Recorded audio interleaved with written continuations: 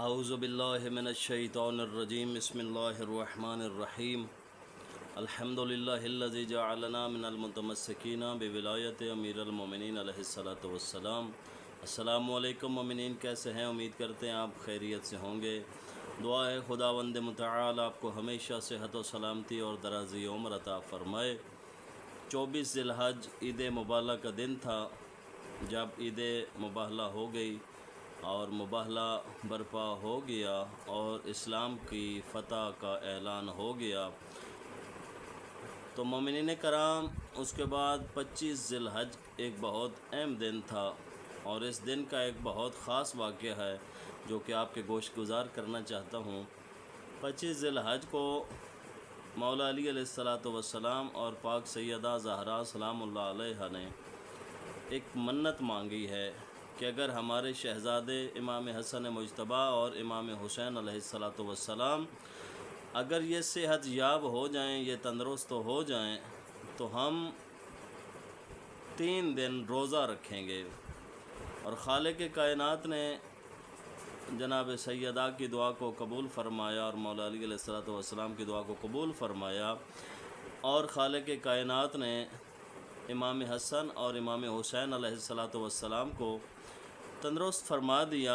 تو 5 ہستیوں نے جب چونکہ منت پوری ہو جاتی ہے تو اس کا پورا کرنا جو ہے وہ واجب ہو جاتا ہے، تو ان 5 ہستیوں نے ارادہ کیا کہ اس منت کو پورا کیا جائے، جس میں جناب سیدہ زہرا سلام اللہ علیہا، مولا علی علیہ الصلاۃ والسلام، امام حسن مجتبی، امام حسین علیہ السلام اور ملکہ زنجبار جناب فضہ سلام اللہ علیہا، یہ 5 ہستیاں جو ہیں وہ اس کار خیر میں شامل ہوئیں۔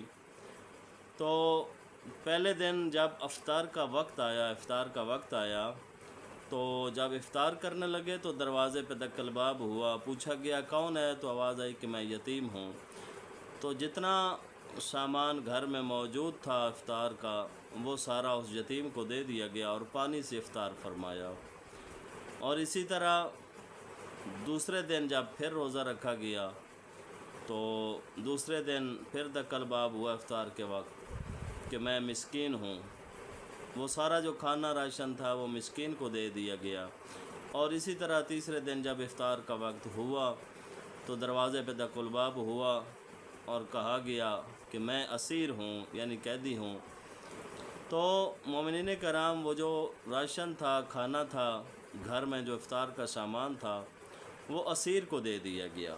تو یہ 3 دن جو ہیں حسنین کریمین نے، مولا علی علیہ الصلاۃ والسلام، پاک سیدہ زہرا اور ملکہ زنجبار جناب فضہ نے بڑے صبر و تحمل کے ساتھ روزہ رکھا اور صبر کے ساتھ پانی کے ساتھ فقط افطار فرمایا۔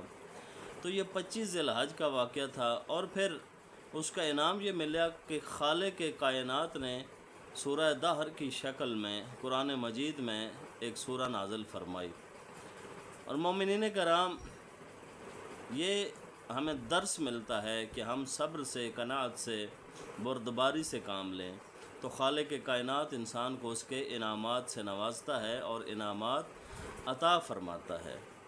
تو مومنین کرام جب بھی آپ کے دروازے پہ کوئی سوالی آئے تو کوشش کریں کہ اس کو خالی نہ لوٹائیں، چونکہ یہ سیرت معصومین علیہم الصلاۃ والسلام ہے کہ دروازے پہ جب کوئی سائل آئے تو جو چیز آپ کے گھر میں موجود ہے وہ اس کو پیش کریں۔ دعائے خداوند متعال آپ کو، ہم کو، تمام کو سیرت معصومین علیہ السلام پہ چلنے کی توفیق عطا فرمائے۔ اور یاد رکھیے گا ہمارے ہاں عرف عام میں ایسا ہوتا ہے کہ جب ہماری کوئی منت پوری ہوتی ہے تو ہم لوگ ہمیشہ یہی منت مانتے ہیں کہ ہم نیاز پکا دیں گے، ہم کھانا کھلا دیں گے۔ دیکھیں معصومین علیہم الصلاۃ والسلام زیادہ تر روایات جو ملتی ہیں جب بھی کوئی ایسا کام ہوتا تھا تو وہ روزے رکھتے تھے۔ تو خود کو تھوڑا سا ان چیزوں کی طرف بھی مائل کریں، یا شکرانے کے نوافل کی منت مانا کرتے تھے یا روزے کی منت مانا کرتے تھے، جیسا کہ خالق کائنات نے جو ہے قرآن پاک میں بھی فرمایا ہے کہ نماز جو ہے بے حیائی اور برے کاموں سے انسان کو روکتی ہے، ان الصلاۃ تنہی عن الفحشاء والمنکر۔